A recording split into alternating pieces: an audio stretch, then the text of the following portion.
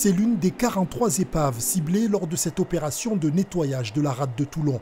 Des yachts, des voiliers, des bateaux à moteur abandonnés par leurs propriétaires au large des communes du littoral varois et à chaque fois des conséquences sur l'environnement marin.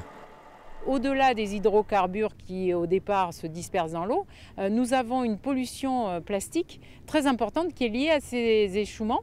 Et donc on essaye d'avoir une attitude ou une action positive en termes d'environnement et de préservation de l'environnement. Nous luttons actuellement dans ce qu'on appelle les petits fonds côtiers, c'est-à-dire les 3 premiers mètres du rivage, où il y a une étonnante biodiversité. Les premiers à en souffrir, ce sont les organismes qui vivent dans ces petits fonds côtiers.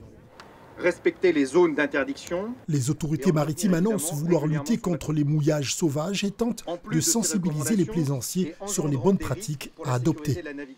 L'entretien, la connaissance de la réglementation évidemment pour savoir où on mouille.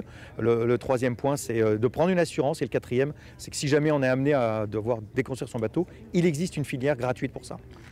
Les opérations de relevage d'épaves sur les baies du Lazaret, de Saint-Mandrier et de Balaguier vont s'étendre jusqu'au mois d'avril, un coût estimé à 640 000 € à la charge du contribuable. On le finance de manière exceptionnelle grâce à des fonds d'État, ce qu'on appelle le fonds vert, et on les finance intégralement parce que c'est une opération d'intérêt majeur. C'est à la fois de la sécurité et c'est la préservation environnementale de ce bijou qu'est la rade de Toulon. Les autorités peinent en effet à retrouver les propriétaires. Seulement 20% d'entre eux sont identifiés, une statistique qu'elles espèrent améliorer car l'an dernier, 110 épaves de bateaux ont été relevées en Méditerranée.